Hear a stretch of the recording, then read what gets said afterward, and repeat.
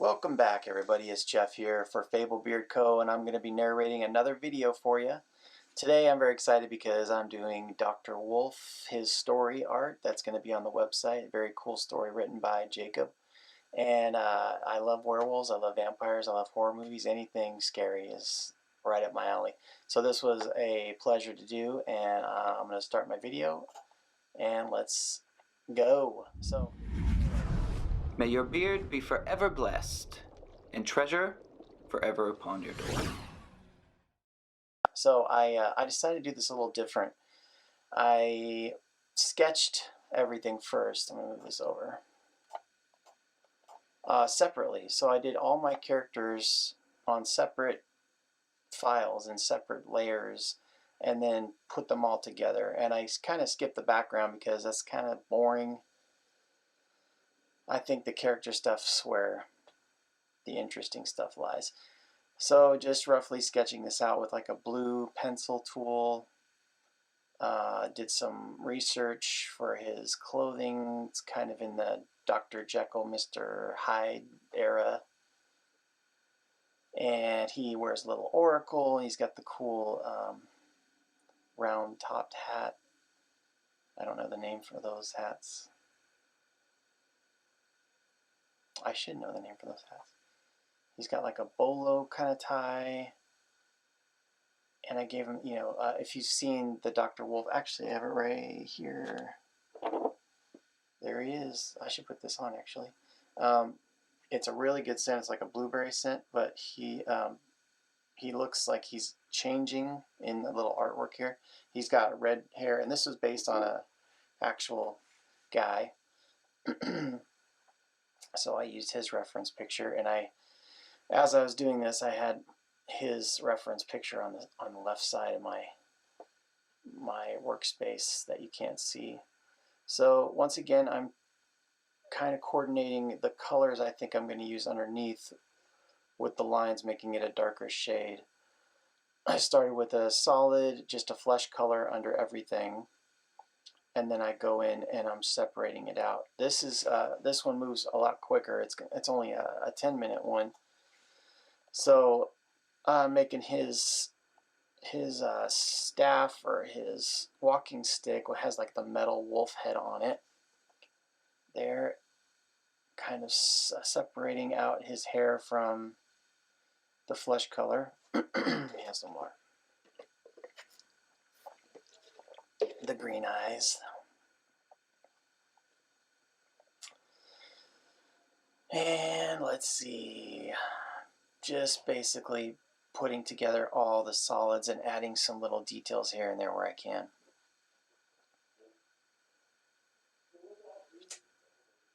Going through here. Now I'm going through and adding my shading on top of that.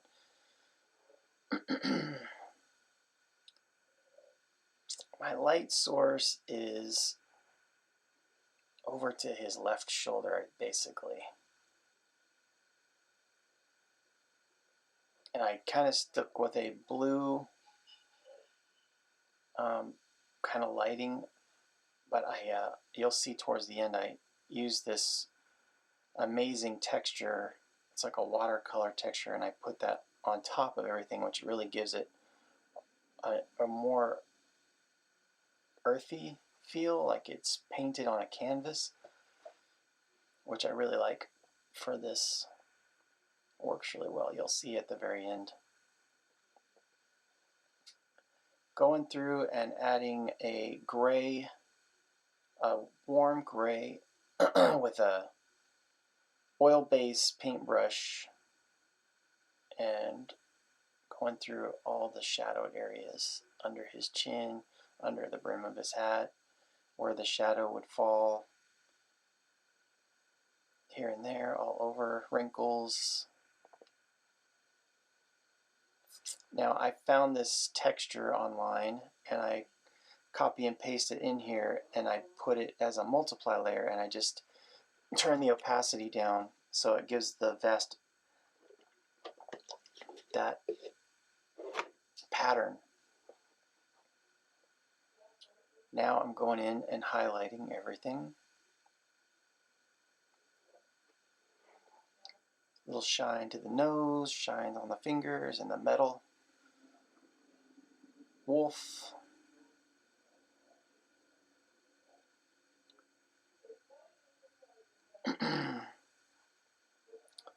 Shining him up. I gave even his vest a little bit of shine in the pattern.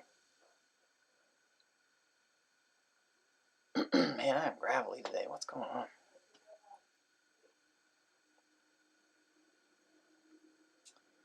Touching it up. I actually used a pencil tool in this one because I wanted the lines to have a little more texture. And I'm just selecting areas I'm going to hit with a big fat airbrush to give it a more highlighted area with the blue. Kind of going off there's going to be a blue moon in the background, so that's kind of hitting areas of his costume and hat and hair. A little shine in the eyes.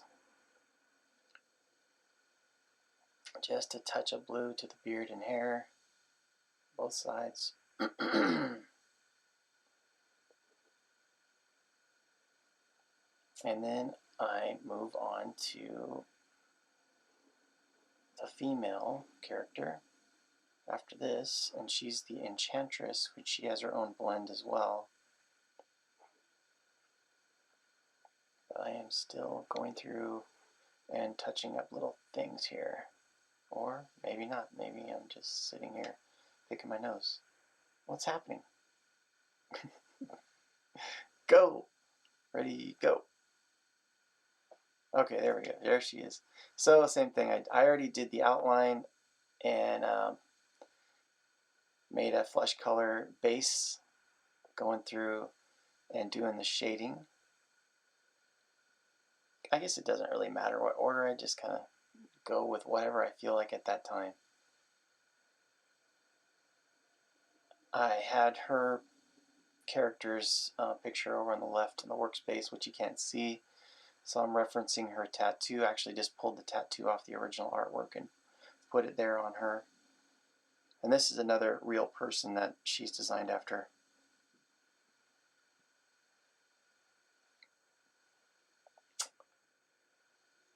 So just same thing. I'm using a warm brownish gray and just going through and trying to figure out where the shadows would fall, where the light hits her and where the shadows are going to be.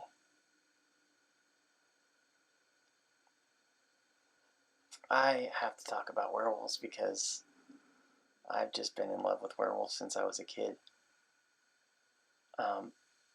So many references. When I started working on the werewolf, I know I was watching American Werewolf in London while I was doing this, and it's just one of my favorites, if not my absolute favorite werewolf movie. The design of that wolf is awesome. I actually prefer the more standing werewolves where they stand on their hind legs, but that the face that Rick Baker did on that werewolf, and he got an Oscar for that changing sequence. Man, that wolf's look is so good. He's just got those big canines, and he just looks so vicious. So I kind of wanted to do a mixture of things. Like I love the werewolf in The Howling.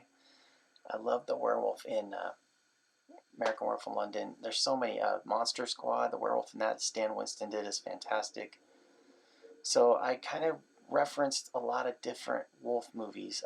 Another one that if you're into those, you gotta see Ginger Snaps. Is so good. It's funny, it's cool, and it's got a pretty decent looking werewolf. But it's a lot of fun.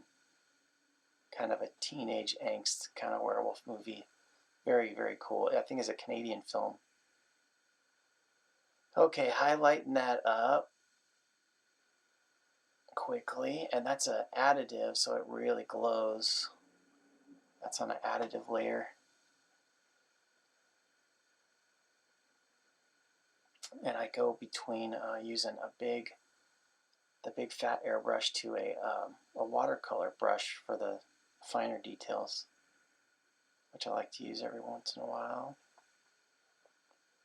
Just hitting those edges and where I think the light's going to hit her skin and her cloak. She's kind of a gypsy woman in the story. It's a really great story. And in my sketch, you'll see that I had the hooligans. There's these crime lord guys that are down in the foreground slash background in the composition of the little poster I did. Because the main character's beard is a reddish brown, red hair, I gave the wolf more of definitely a warm reddish coat. And once again, I really wanted him standing on his hind legs, but I wanted him to be big and bulky, just thick. I love the big claws that Rick Baker did in the Wolfman remake with Benicio del Toro. I didn't go that big. I kind of wish I had now, but I gave him some cool orangey, yellowy eyes, and but anyway, yeah, I really want him to be pretty threatening looking, intimidating, scary. So I gave him the big canines, and I'm just going through here, and I had a really great wolf picture I was referencing while I was doing this too. I found some really awesome ones online, so I kind of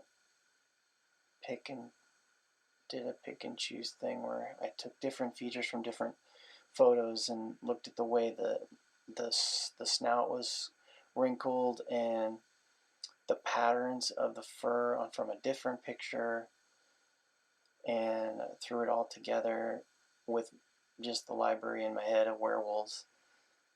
I've been drawing werewolves since I can't even remember. Have to say, if I had the choice though, if I had the choice between a werewolf and a vampire, it'd definitely be the vampire. Werewolves, you just don't get to remember anything. I mean, they usually wake up and they have no idea what they did. Vampires just have that flying thing and just the stealth, the secretive, the not secretive, but just their always hiding in the shadows, and just something cool and sexy about the vampire. And plus, living forever and having the strength. So many different vampire movies do it so differently. There's so many different rules for the vampire. But most of them are very strong. So let's see, just doing a lot of different hair follicles here. And I brought in the red from the beard again here.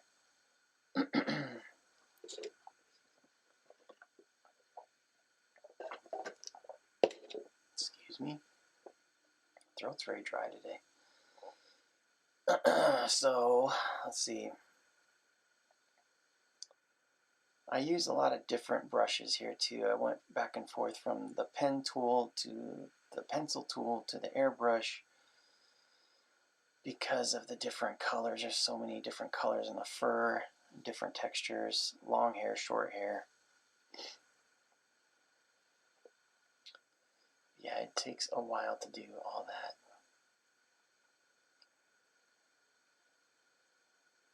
Tell me what your favorite werewolf movies are. I want to know. What's some other good ones? There was one that was pretty decent with Jason Momoa recently I saw. And I love Wolf with Jack Nicholson. That's a cool one. He didn't get his full wolf as a lot of them do. But really, another Rick Baker makeup job that's awesome.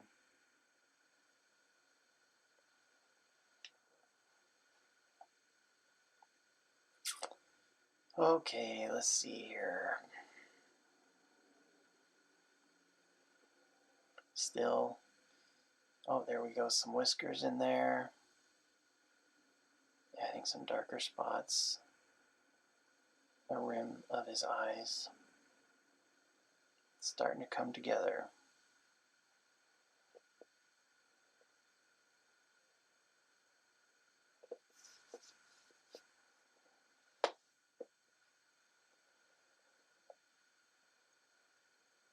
Hairy arms. It's just longer. I mean, I know his whole body is hairy, but I like the longer hair on the arms. This is going to be a longer video because I really took the extra time just because of the subject matter. I really wanted this to look awesome. Not that I don't want any of them, all of them to look awesome, but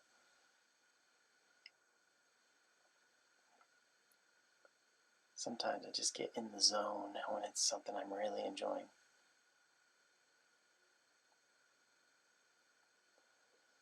Glistening wet nose, some shading under the tongue there. And a lot of these colors I sampled right from the pictures of the wolf and gave it a little more saturation. With my eyedropper tool over on the left, you can sample right from pictures if you didn't know that already. You just touch it on the color and then it puts it in your color picker. And you see a little city in the sketch back there, a little town like a European town. The gums. Kind of the darker shade of the tongue because the shadow from the top of his mouth.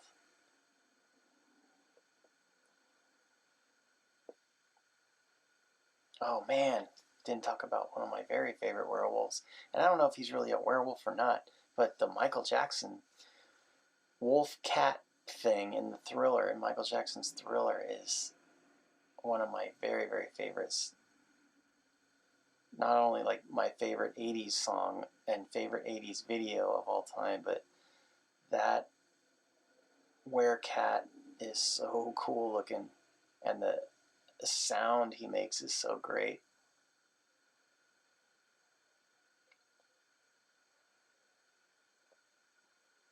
I was gonna wear my Thriller shirt for this, but it's alright. Given to me by a beautiful young woman. Just getting some nice lighter colors in the fur there.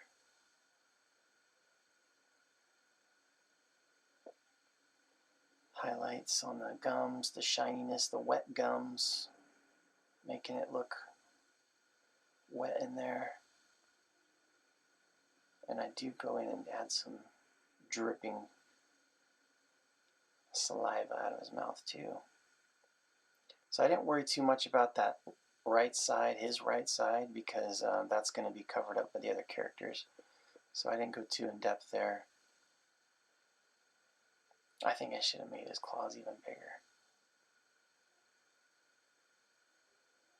So there's the little quick glimpse of the city, and I start throwing the characters together and kind of placing things where I want, and then just kind of darkening things here and there with the darken tool,